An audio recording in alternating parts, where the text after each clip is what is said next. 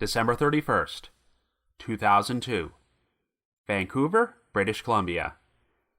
The Vancouver Police Department received an anonymous letter containing a remorseful confession from someone who claims to have been responsible for the death of a sex worker. While the victim's name is not mentioned, investigators eventually suspect that she might be 24-year-old Danielle LaRue, who seemed to vanish without explanation 1 month before the letter arrived. While the police ask the letter writer to come forward, they are not heard from again, and no trace of Danielle is ever found. After that, the trail went cold.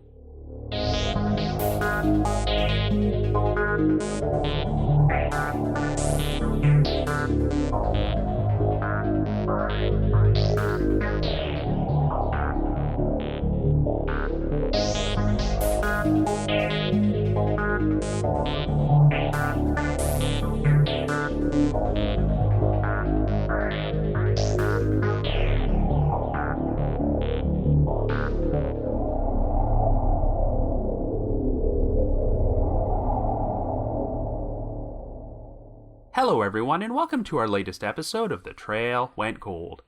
I'm your host Robin Warder, and this week we're going to be traveling back to our podcast's home country of Canada to explore an unsolved missing persons case involving an Indigenous woman, the 2002 disappearance of Danielle LaRue. This case was suggested to me sometime last year by a listener named Kit, and I was already familiar with Danielle's story because I had featured it in an article I published for listverse.com over 7 years ago titled 10 Bizarre Anonymous Tips That Shook Up Unsolved Crimes. And this is a missing persons case where no one was even aware that the victim had disappeared until the police received an anonymous letter about her supposed death. I've released multiple podcast episodes about the topic of missing and murdered Indigenous women, as Canada has always had major issues with the epidemic of violence towards these victims and the lack of attention they often receive from law enforcement and the media. Danielle LaRue was a member of the Shuswap First Nation who lived an incredibly difficult life fraught with abuse and addiction and spent the good chunk of her teen and adult years as a sex worker in Vancouver's Downtown Eastside neighbourhood. She may have been completely forgotten to history had the Vancouver Police Department not received an anonymous letter from someone confessing their involvement in the death of a sex worker who matched Danielle's description. Even though the letter writers seemed to be remorseful for their actions, they never did come forward or provide the police with the location of the victim's remains. In fact, it's never been conclusively established if the victim was Danielle LaRue or the letter was not a hoax, but she has not been seen for 2 decades.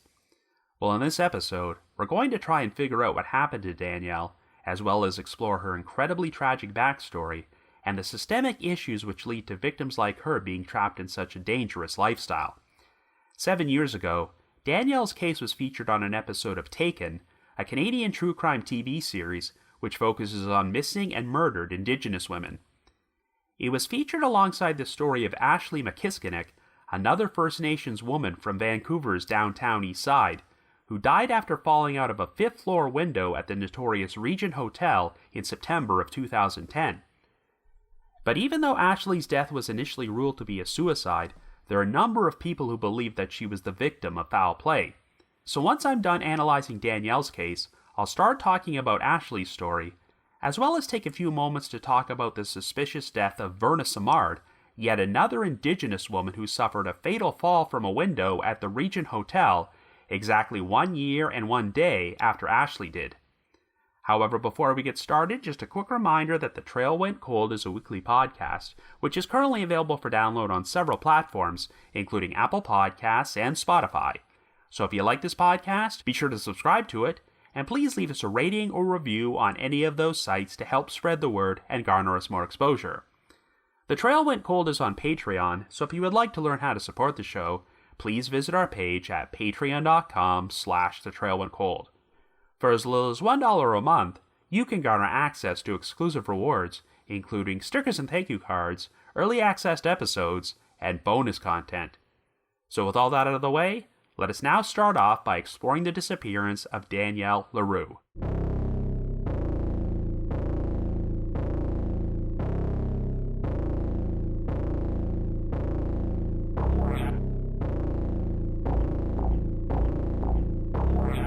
Our story begins in Vancouver, British Columbia, Canada in 2002.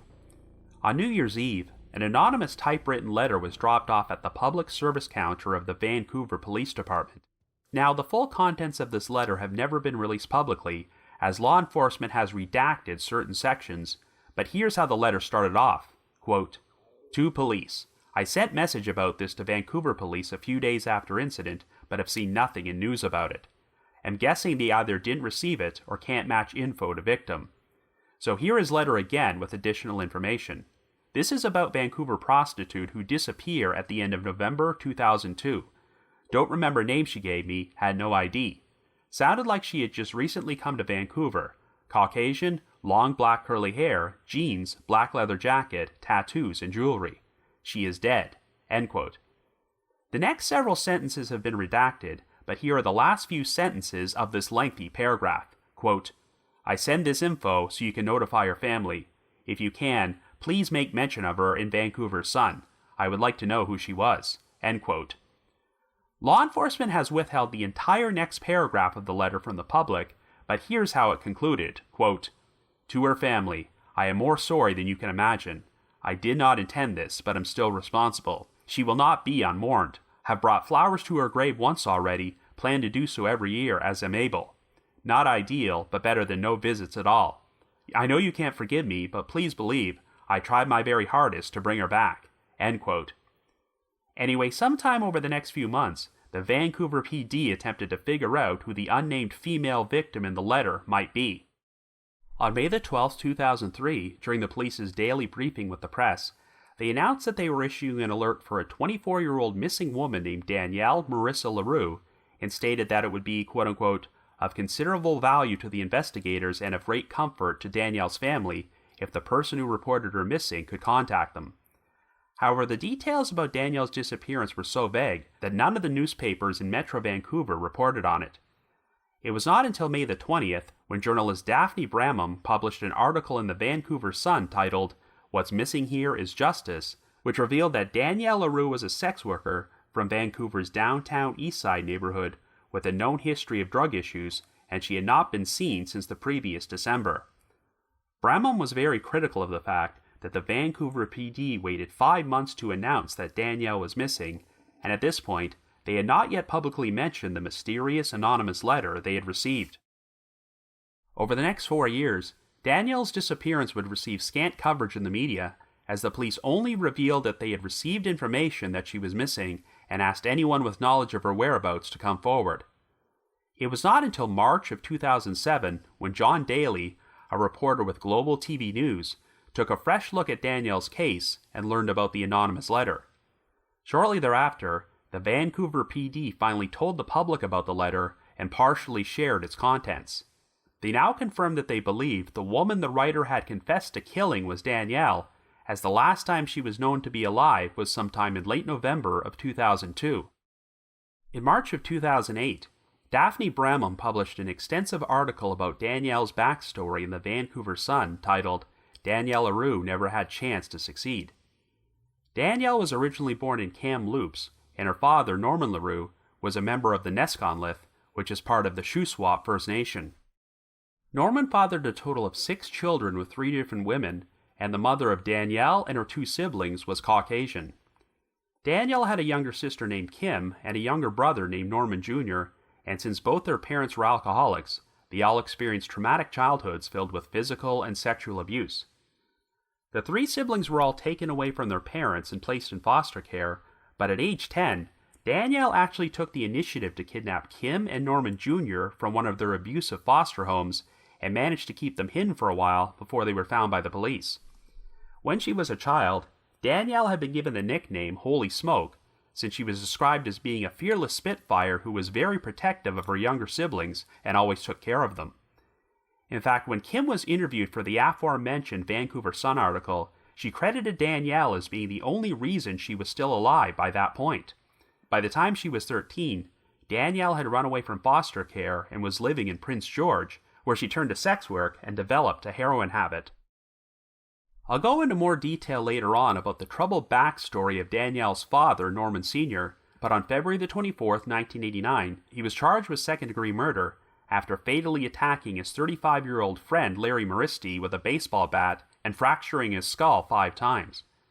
Norman lived in a one-room shack next to a rooming house in Kamloops, and prior to Larry's death, the two men had been on a 2-day drinking binge, and their respective blood alcohol levels were around 3 or 4 times the legal limit. After killing Larry, Norman proceeded to drag his body outside his shack and left him lying on the sidewalk. In September of that year, Norman was convicted of the murder and received a sentence of life imprisonment with no possibility of parole for 10 years. However, Norman's conviction was overturned by the British Columbia Court of Appeal in May of 1991, and when he went back on trial for the second time 5 months later, a mistrial had to be declared after a Kamloops newspaper published a story containing too many confidential details about the murder. While Norman was scheduled to go on trial again in June of 1992, the Crown elected to stay the charges because one of the original investigators and 2 key witnesses had died, and another witness left the country, so they no longer felt they had the necessary evidence to secure a conviction. After Norman was released from prison, he turned his life around for a while, but succumbed to a fatal heroin overdose in February of 2000 at the age of 59. As for Danielle's mother, she had managed to get sober and left her abusive relationship with Norman in order to become an addictions counselor until she died of cancer in 1995. Shortly thereafter, Danielle relocated to the Downtown Eastside in Vancouver, which was considered to be the most dangerous neighborhood in the city. Kim stated, quote, "Everyone knew that once you went to the Downtown Eastside, you were done. You were either going to be dead or in jail. Those were the only exits you had. It's like a big black pit with stabbings, murders, and ODs. It's crazy down here. Nobody cares about anybody but themselves and their next fix." End quote. Indeed, the Downtown Eastside received a lot of undue publicity when notorious serial killer Robert Pickton was arrested in February of 2002. As you may know, Pickton is one of the worst serial killers in the history of Canada, who wound up being convicted of the murders of 6 women and received a sentence of life imprisonment with no possibility of parole for 25 years. However, even though he was not actually convicted of all of them, Pickton was originally charged with the murders of 26 women and is claimed to have killed at least 49. A number of Pickton's victims were sex workers from the Downtown Eastside, and one of the reasons he managed to get away with it for so long is because the police never bothered to investigate their disappearances. Now, obviously, since Pickton was arrested several months before Danielle LaRue went missing, he has been ruled out as having any involvement in her case, but it became apparent that Danielle was yet another vulnerable victim from the Downtown Eastside whose disappearance managed to slip under the radar for a lengthy period of time. Other than the anonymous letter, the Vancouver PD did not have any strong leads in Danielle's case, only that she just seemed to vanish without explanation sometime in late 2002. In 2014, the police launched a new website for their unsolved cold cases at vpcoldcases.ca and put together a profile page for Danielle, which featured an overview of her case, as well as a photograph of a heavily redacted version of the letter. Danielle's story would receive national coverage in September of 2016, when it was featured on an episode of Taken, a Canadian true crime series which focuses on unsolved cold cases involving missing and murdered Indigenous women. The last major media coverage of Danielle's case occurred in December of 2018, when she was featured on the Cold Case BC podcast, which is hosted by Monica Gould, a reporter for City News 1130. The podcast featured an interview with Danielle's half-brother, Jules LaRue, Norman LaRue's son from another relationship, who has been heavily involved with the inquiry into missing and murdered Indigenous women. Jules said that without any corroborating evidence, he believed that the anonymous letter about Danielle's death was nothing more than hearsay, so he held out the faint hope that she might still be alive somewhere.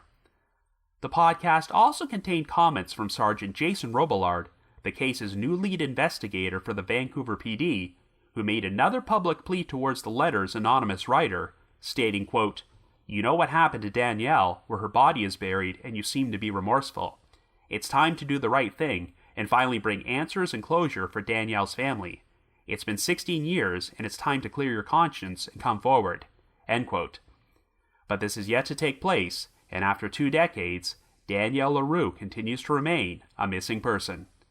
So I guess you could say, the trail went cold.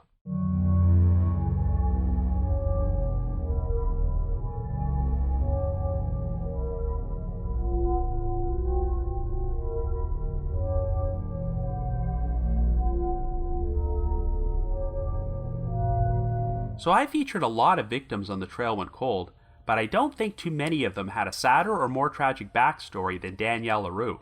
She had one of the most traumatic childhoods you can imagine, and the Vancouver Sun headline about her backstory, Danielle LaRue Never Had Chance to Succeed, described her situation perfectly. While both of Danielle's parents were very troubled individuals, the Taken episode about her case featured interviews with her maternal grandparents Robert and Evelyn Dick, who both come across like decent people who genuinely cared about her. However, it was incredibly sad to hear them say that they just did not have many memories of Danielle being happy during her childhood. I mentioned earlier that Danielle's mother was Caucasian and struggled with alcoholism, and while she did get sober and make an attempt to turn her life around, she wound up succumbing to cancer at a fairly young age. However, it sounds like Danielle's father, Norman LaRue, had just as traumatic a childhood as she did, and while this doesn't excuse the abuse he inflicted on his own family, it does provide some context into the generational trauma many Indigenous people are forced to experience.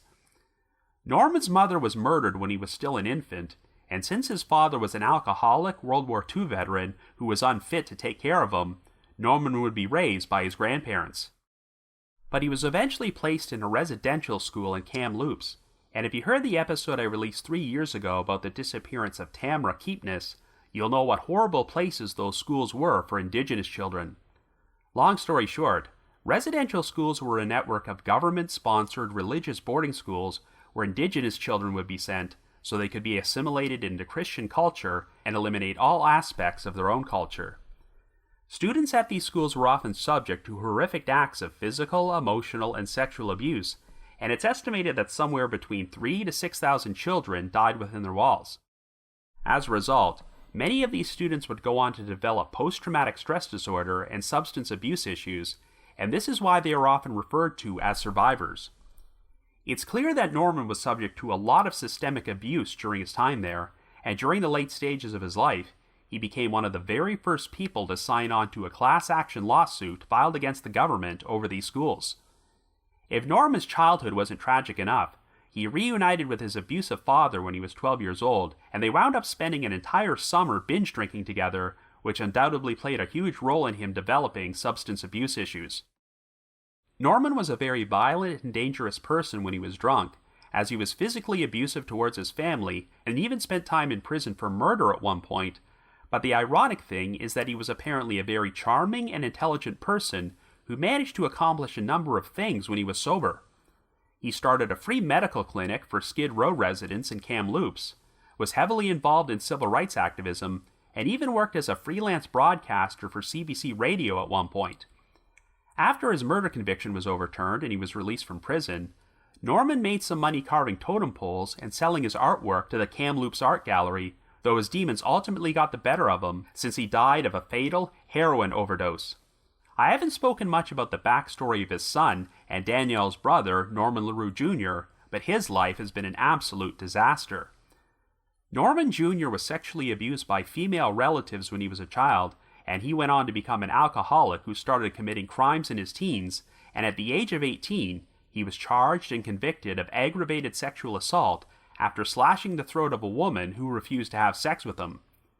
He wound up being declared a long-term offender, and after being released from prison on parole, Norman Jr. and his girlfriend, Christina Asp, skipped town and traveled to Whitehorse, Yukon, and on March 26, 2008, they teamed up to beat a 63-year-old resident named Gordon Siebold to death with a baseball bat inside his home before setting the place on fire.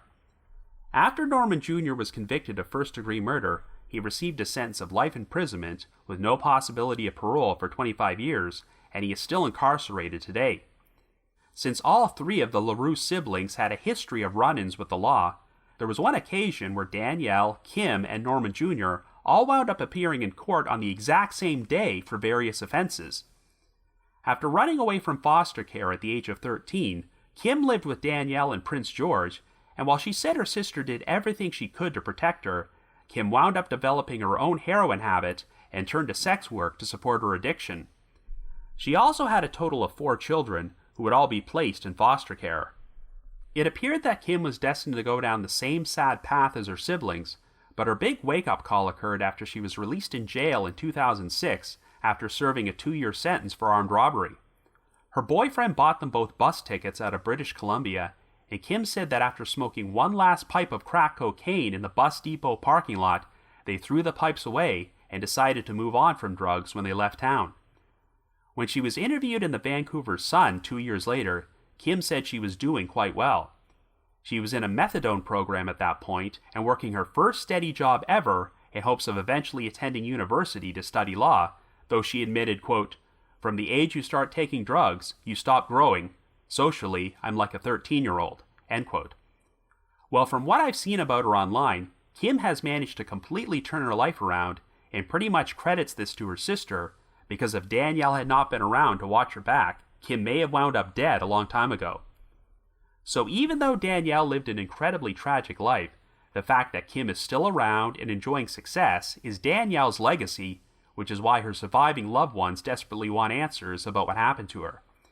Kim has said that at this point, she doesn't even really care if the person responsible for Danielle's death is prosecuted for their actions, as the family's top priority is finding out the truth about what happened to her and hopefully recovering her remains and giving her a proper burial. Her half-brother Jules has stated that he still holds out hope that Danielle ran off and started over and is still alive out there somewhere, but even if the confession letter is a hoax, or the writer was referring to another woman besides Danielle, there have not been any confirmed sightings of her in over 2 decades. Even if she was not murdered by the individual who wrote the letter, it's also possible that Danielle could have died by other means, such as a drug overdose, and is a nameless Jane Doe somewhere waiting to be identified. But it must be reiterated that even though it's assumed that the victim mentioned in the letter was Danielle, we still can't know this with 100% certainty. The ironic thing is that regardless of the letter's veracity, it is pretty much the only reason the general public even knows Danielle's story to begin with. I find it incredibly sad that the majority of photos you'll find for Danielle online are from when she was a child, and the only existing photo of Danielle as an adult appears to be a mugshot.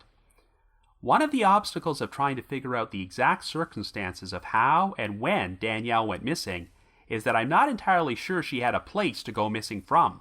We know that she was last confirmed to be alive in around late November of 2002, but was she residing anywhere at the time, or was she living on the streets?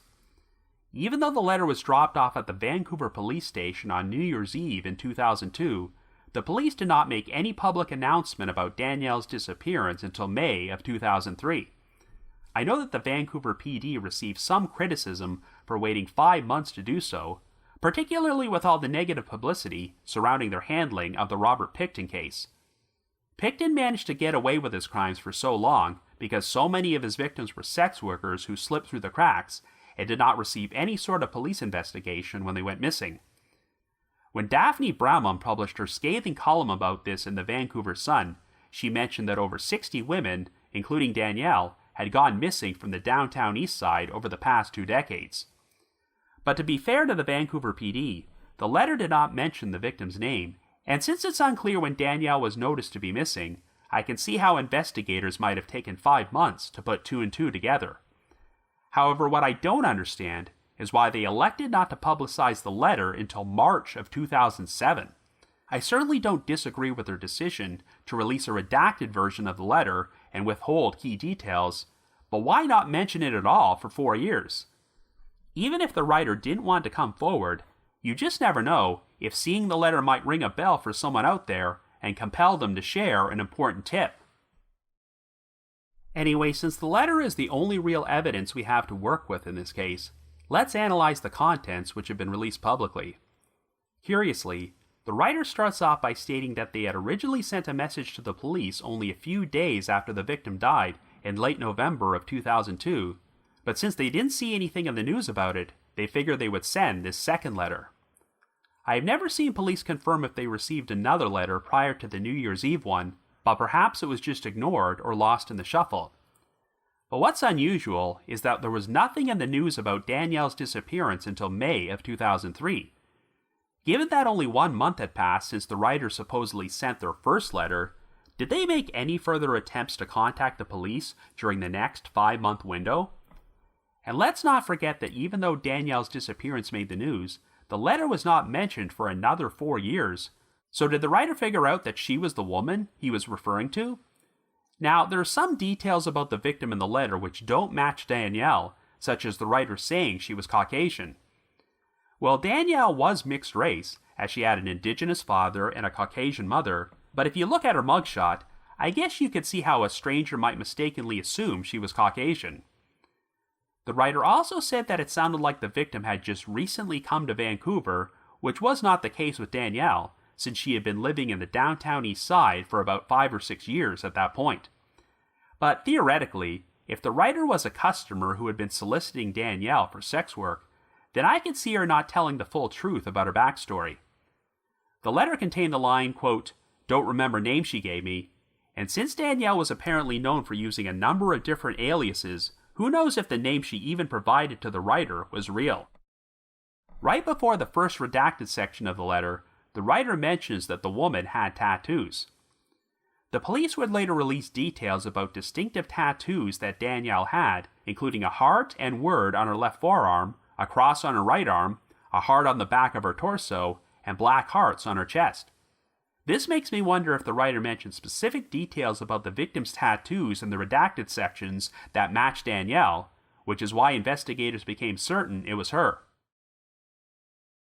So between the sections of the letter in which the writer describes the victim and then expresses remorse for what happened, there is an entire paragraph which has been redacted, and I have to assume this might be when they shared more specific details about how the victim died. Some of the lines near the end, such as, quote, "I did not intend this, but am still responsible," and, quote, "I tried my very hardest to bring her back," give off the impression that the woman's death may have been an accidental drug overdose or something, and the writer panicked and disposed of her body. However, I find it interesting that most of the press releases about Danielle use sentences like, quote, "The Vancouver Police Department believes she was murdered," and at no point have investigators attempted to imply that she was the victim of an accidental death. This is why I think there might be some information within that redacted paragraph in which the writer admitted to inflicting violence on Danielle, and even if they didn't intend on killing her, they were still fully responsible for her death. I can definitely understand why this section would be redacted in order to weed out false tips, because if anyone came forward and made a confession and shared information from the letter which was never released publicly, then the police would know they were telling the truth. I also believe that if Danielle's death was an accidental overdose and the writer was genuinely remorseful, they could still provide the location of Danielle's body in order to bring some peace to her family. But instead, they talk about bringing flowers to her grave, even though she technically doesn't even have a grave, and may be buried in some remote spot that only the writer knows about. So this tells me that the writer is paranoid about potentially being charged with murder if Danielle's remains were ever found. The wording of the letter makes it sound like the writer was a complete stranger to the victim, but if by chance it was someone with a personal connection to Danielle, I could see them pretending not to know who she is in order to throw off the investigation. Now, even though Danielle spent the last several years of her life as a sex worker, Kim claimed that her sister never had a pimp, stating, quote, "She was way too tough for that."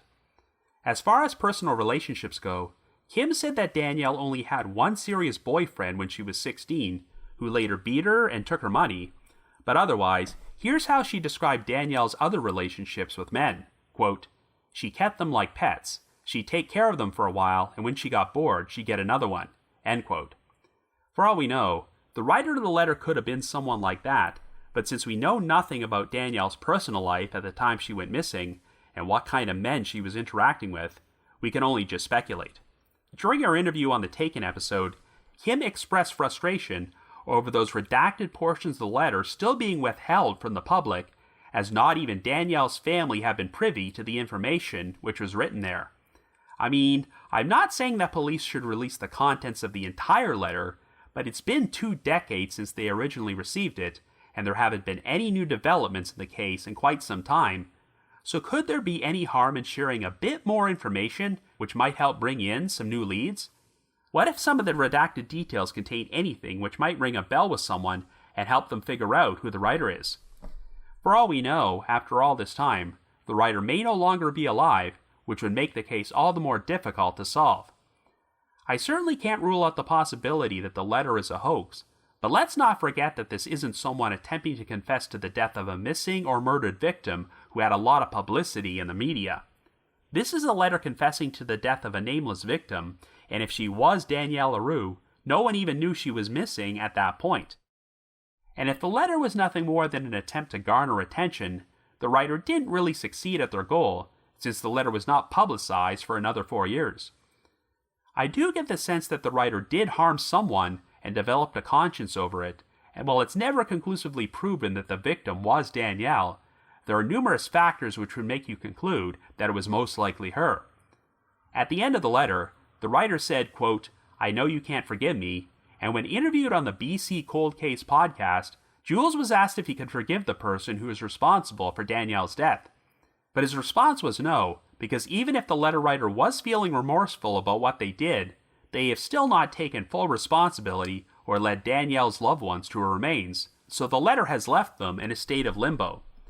If by chance the letter is a hoax and nothing more than a red herring, then the silver lining is that it has brought attention to a story which may have otherwise not received any attention. Danielle LaRue lived a very tragic life, but she should not be forgotten, and I hope her case will have a conclusive resolution someday. So now let's start talking about the other case which was featured on the Taken episode alongside Danielle's story, and that's the unexplained death of 22-year-old Ashley Machiskinic. Ashley was a member of the Kawakatus First Nation and hailed from the Kawakatus Reserve in southeast Saskatchewan.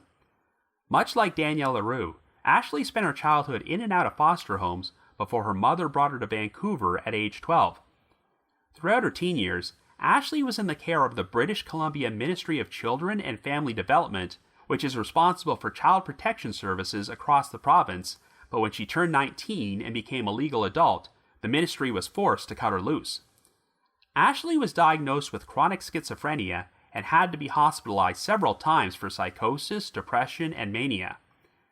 After spending 10 consecutive months in a mental health facility, Ashley was transferred to Vancouver's St. Paul's Hospital, where she was reluctant to receive treatment and stopped taking her medications shortly before she was released in March of 2010. 6 months later, Ashley was residing at the Regent Hotel on East Hastings Street in the Downtown Eastside. But on September the 15th, Ashley suddenly fell to her death after flying out the window of room 518 of the hotel and landing in an alley below. The Vancouver PD would investigate Ashley's death, and after performing a search of room 518, they found no blood or any apparent signs of struggle to suggest foul play. Ashley's autopsy would reveal that she had high levels of alcohol and cocaine in her system, and aside from the injuries sustained from the fall, she did not appear to have any additional injuries to indicate that she had gotten into an altercation prior to her death. Even though there was speculation that Ashley might have been murdered, Vancouver Police spokesman, Constable Lindsay Houghton, told the media that this was nothing more than, quote-unquote, a tragic rumor that has not been corroborated, a case of what appears after investigation to be someone taking their own life. Well, this statement raised the ire of Ashley's friends and relatives, who did not believe her death was a suicide. One major issue was that Ashley had been found lying on her back approximately 12 feet across the alley from the window, so her loved ones were skeptical that she could have jumped that distance on her own and landed in that position. One outspoken advocate for Ashley was an activist named Angela Marie McDougall, executive director of the Battered Women's Support Services Association, who claimed that she knew of at least 6 women who had been thrown out of windows as punishment by drug dealers, which was a common practice in the Downtown Eastside. These dealers would apparently use sex workers as drug mules, but if they had addiction issues and did not pay their own drug debts, they would be punished in very public ways.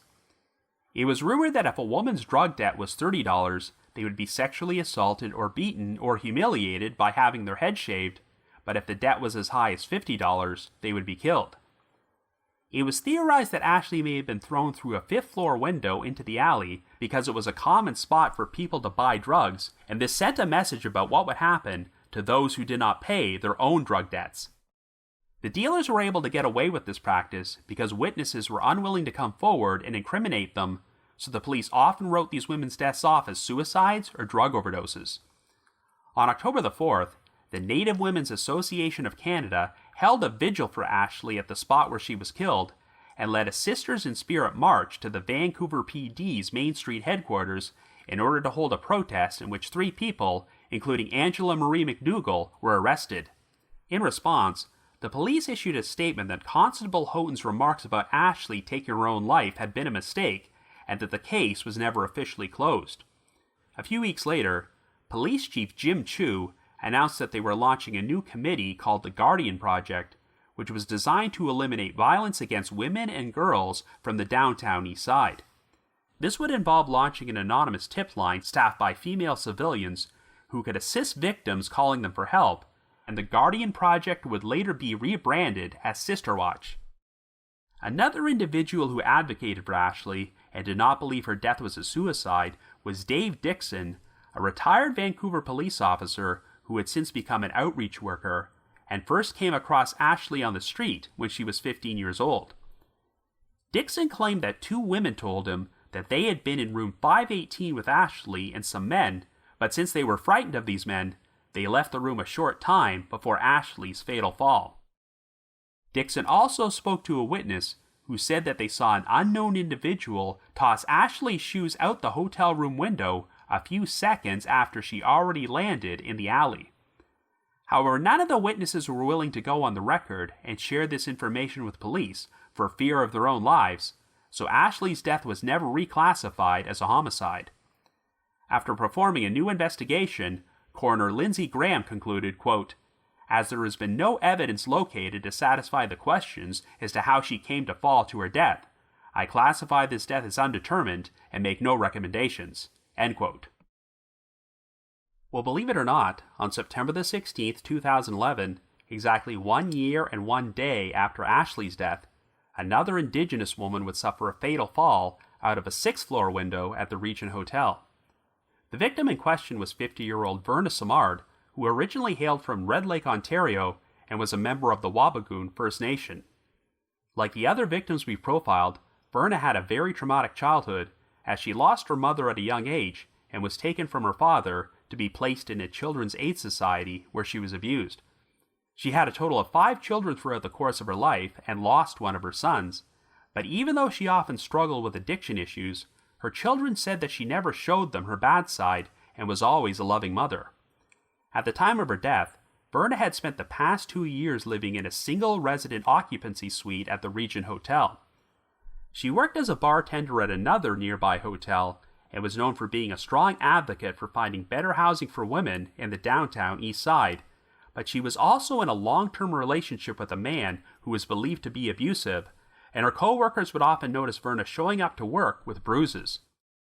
Well, this man happened to be inside Verna's room at the time of her death, so he was taken to the police station for questioning.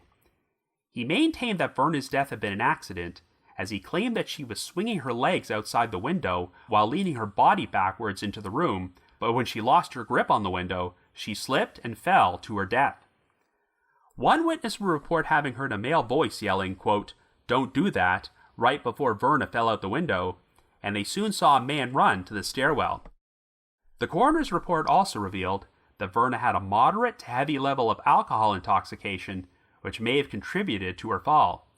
However, a number of other people reported hearing loud arguing from Verna's room, followed by loud screaming, and one witness even said he heard her yell out, "Help me." However, all these various eyewitness statements supposedly contained a number of inconsistencies and seemed to contradict each other, as some residents said they heard no arguing or screaming at all. In the end, the coroner ruled that Verna's cause of death could only be listed as undetermined, and no charges were ever filed.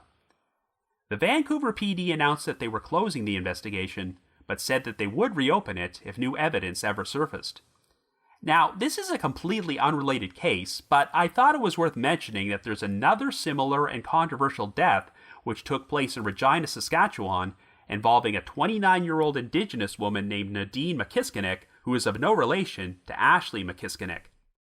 I'm not going to go into too many details about this one, since I may cover it on a separate podcast episode, but on January the 20th, 2015, Nadine was killed after falling 10 stories down a laundry chute at the Downtown Hotel, but even though the Regina Police Department ruled her death to be an accident and closed the case, her family believed that the investigation was botched and that Nadine was the victim of foul play. So Canada just seems to have an abnormally high number of Indigenous women who die under suspicious circumstances after suffering a fall at a hotel. Getting back to Ashley Machiskinic's case, a $10,000 reward was initially offered for information, but the reward expired during the fall of 2012, and after performing what they considered to be an exhaustive investigation, the Vancouver PD stated that they deemed Ashley's death not to be suspicious. And it really doesn't appear that the formation of Sister Watch has done much to bring a resolution to many of these cold cases, as Angela Marie McDougall eventually became disillusioned with the committee and left them, stating, quote, "The committee was designed to hold the police accountable for the lackadaisical and gross failures in responding to violence against some in the neighborhood. Sister Watch has not followed through on any of what they committed to. Police are not fanning out missing persons posters throughout community organizations, nor were they conducting proper investigations into missing persons in the Downtown Eastside." End quote. If there's a bright side, the Regent Hotel, a truly decrepit and dangerous place, was officially declared to be unsafe by the city in June of 2018. It had more than 1,000 bylaw violations by that point, so the hotel finally shut down and its residents were moved into a nearby property purchased by the British Columbia government. The region is currently owned by the City of Vancouver and undergoing maintenance and renovations, but the costs have exceeded over $1 million and the building is still vacant. The hotel was pretty much considered to be a last resort for people to live if they had no other place to go, and it's incredibly troubling just how many women died under suspicious circumstances after falling out of windows there. It would not surprise me if Danielle LaRue went to the region at some point, but her sister Kim was pretty much on the money when she said that most women who wind up in the Downtown Eastside never leave there alive. At the very least, Danielle LaRue, Ashley Machiskinic, and Verna Simard have advocates who care about finding the truth about what happened to them, but it's disturbing to think how many Indigenous women we don't even know about who have suffered similar fates. Now, officially, Ashley and Verna's deaths are both considered to be undetermined, largely because the authorities lack the necessary evidence to reclassify their deaths as a homicide. In Verna's case, we know that her boyfriend was in the room at the time she fell to her death, though he told police it was accidental because she was dangling her legs out the window and lost her balance. This guy's name has never been released publicly, but yeah, even if he had been known for being a loving spouse, I'd have a hard time believing his story. But it was apparently no big secret that he was abusive, and there were witnesses who reported hearing an argument inside the room prior to Verna's death, so if these witnesses are accurate, it's pretty easy to figure out what likely happened here. However, there does not appear to be any direct evidence that Verna was murdered, which is why no one has ever been charged. Unlike Ashley's case, it appears that Verna's death was the result of a domestic dispute rather than anything to do with drug dealers, but since the police mentioned inconsistencies in the various eyewitness statements, I still have to wonder if there are people who know more than they've let on. The rumor surrounding Ashley's death is that she was just one of many women from that area who were killed or seriously harmed due to a failure to pay a drug debt. In most cases, you wouldn't think that throwing a victim from a window in a public place would be the most logical way to murder someone, since there are a number of potential witnesses around. But there was apparently such a culture of fear in the Downtown Eastside that the dealers who did this knew that no one would be willing to talk to the authorities, and killing someone in such a public fashion sends a message to others about what could happen to them if they did not pay their debts. And if these victims were poverty-stricken drug addicts, I'm sure these dealers knew that the Vancouver PD would not make it a top priority to investigate their deaths. Now, given that Ashley had numerous substance abuse and mental health issues, including chronic schizophrenia, I suppose I cannot completely rule out the possibility that she could have jumped out the window on her own, but it sounds like the logistics of how she fell might make this impossible. Granted, I haven't seen the actual crime scene photos, but those who believe Ashley was murdered state that she was found in the alley about 12 feet from the window and was lying on her back. If Ashley had gotten a running start and jumped through the window, I suppose it's possible she could have reached that distance, but unless she somehow twisted her body around in midair, she probably would have landed on her front. I can't think of too many suicides in which the victim intentionally ran backwards through a window, so the logistics seem to support Ashley being pushed or thrown by one or more individuals. We have 2 other women who said that there were multiple men inside Ashley's room before she fell, and an eyewitness who said that Ashley's shoes were thrown out the window separately after she already landed.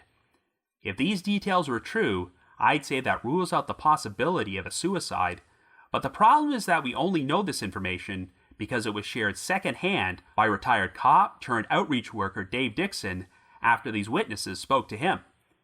It does not sound like they were willing to go on the record and share this information with the police, which is why they lack the evidence to officially reclassify Ashley's death as a homicide. Even though there's nothing to indicate that the cases are connected, it seems incredible that 2 separate women could be thrown to their deaths from the window of the Regent Hotel almost exactly 1 year apart from each other, but this is what happens when a culture of fear is established in which being labeled a snitch is considered worse than being labeled a murderer. The consensus seems to be that as long as everyone keeps their mouth shut, the Vancouver PD will not make too much of an effort to solve the cases. But of course, even if these victims do not receive justice, it is still necessary to produce podcast episodes such as this to ensure they are not forgotten. A resolution to all the cases we covered today seems to hinge on the right person coming forward, so if you happen to have any information about the disappearance of Danielle LaRue or the deaths of Ashley Machiskinic and Verna Simard, please contact the Vancouver Police Department's Cold Case Unit at 604-717-2500. That's 604-717-2500. But if you just have your own thoughts about what happened, feel free to leave me a comment or send me an email to robin.warder@icloud.com. That's robin.warder@icloud.com. Another reminder that The Trail Went Cold is on Patreon, so please visit patreon.com/thetrailwentcold to learn how you can support our podcast and become eligible for some pretty neat rewards. Over the past 5 years, our Patreon page has released dozens of exclusive bonus episodes, which are all currently available in our archives for our patrons in tiers 2 and 3. This past month, I released a Halloween-themed bonus episode about the Guardian UFO case, which explores the odd 1991 sighting of a mysterious object in a field just outside my hometown of Ottawa, Ontario. I've also dropped an exclusive bonus episode from my spin-off podcast, The Path Went Chilly, in which myself and my 2 co-hosts, Jules and Ashley, discuss another Halloween-themed mystery, the unexplained 1988 death of David Stone. And for our patrons in Tier 3, I've recorded another new audio commentary track which can be played over a classic episode of Unsolved Mysteries, and we now have over 50 of these commentary tracks in our archives. I'd also like to give a shout out to our most recent listeners who have signed up with us on Patreon this week, and they are Cindy O and Kathy M. Thank you all so much for your support. I just wanted to give another shout out to my supporters at the Unsolved Mysteries message board at the Sitcoms Online forum and the Unresolved Mysteries subreddit. I need to provide a big thanks to Miguel Foote, who edits and assembles this podcast together for me, and Vince Nitro, who composed the eerie music you hear on every episode. If you haven't already, you can like us on Facebook, follow us on Twitter, or leave us a rating or review on Apple Podcasts or Spotify. So have yourselves a great week, and join us again next Wednesday for another brand new episode of The Trail Went Cold.